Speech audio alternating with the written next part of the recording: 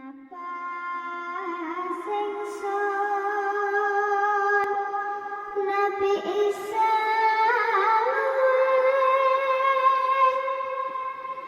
Nabi Yakub pamirsaning wong Yusuf ing rupaku mangke Nabi Daud suaraku yang Sulaiman kasekten mami